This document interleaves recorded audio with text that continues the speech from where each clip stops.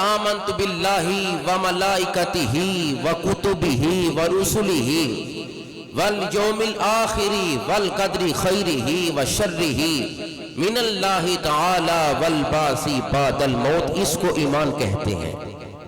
یہ ہے ایمان. اللہ کو ماننا، اللہ کے فرشتوں کو ماننا، رسولوں کو ماننا، کتابوں کو ماننا، اچھی اور بری تقدیر کو ماننا، مرنے کے بعد اٹھنے پر ایمان رکھنا، اسی کو ایمان کہتے ہیں. وَقَانُوا يَتَّقُونَ سے کیا مراد ہے؟ فرمایا تقوی اسے کہتے ہیں کہ جو اللہ نے حکم دیا وہ کرو اور جس سے منع کیا اس سے رک جاؤ، اسی کو تقوی کہا جاتا ہے.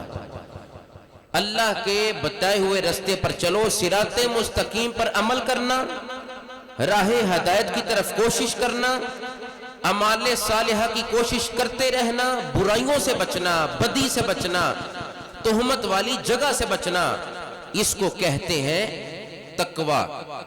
اتقاء کی دولت کا نصیب ہو جانا یہ سب سے بڑی دولت ہے. ایمان کے بعد بندے کو تقوی نصیب ہو جانا، بندہ مومن بھی ہو پھر اس کے بعد تقوی والا بھی ہو. جو عام متقی ہو اس کے لیے تو یہ اعلان ہے لَهُمُ الْبُشْرَى فِي الْحَيَاةِ الدُّنْيَا وَفِي الْآخِرَةِ لَا تَبْدِيلَ لِكَلِمَاتِ اللَّهِ ذَلِكَ هُوَ الْفَوْزُ الْعَظِيمُ.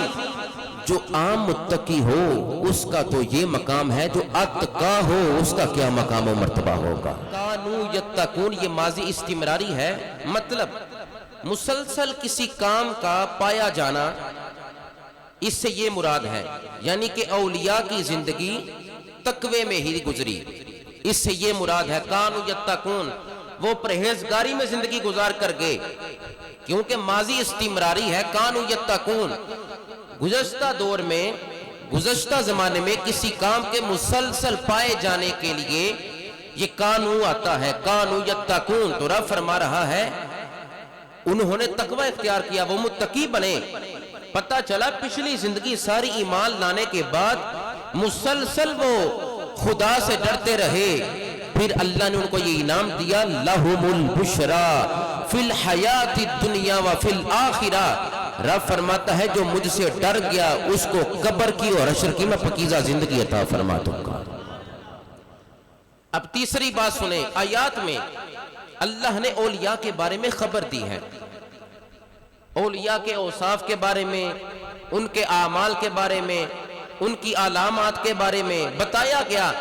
پھر ان کو جو اللہ رب العزت نے اجر دیا عمل کرنے کے بعد اس کا ذکر ان آیات میں موجود ہے. رب فرماتا ہے میں نے ان کے لیے جنت تیار کر رکھی ہے، دنیا کی زندگی میں بھی غم نہیں، آخرت کے جہان میں بھی غم نہیں.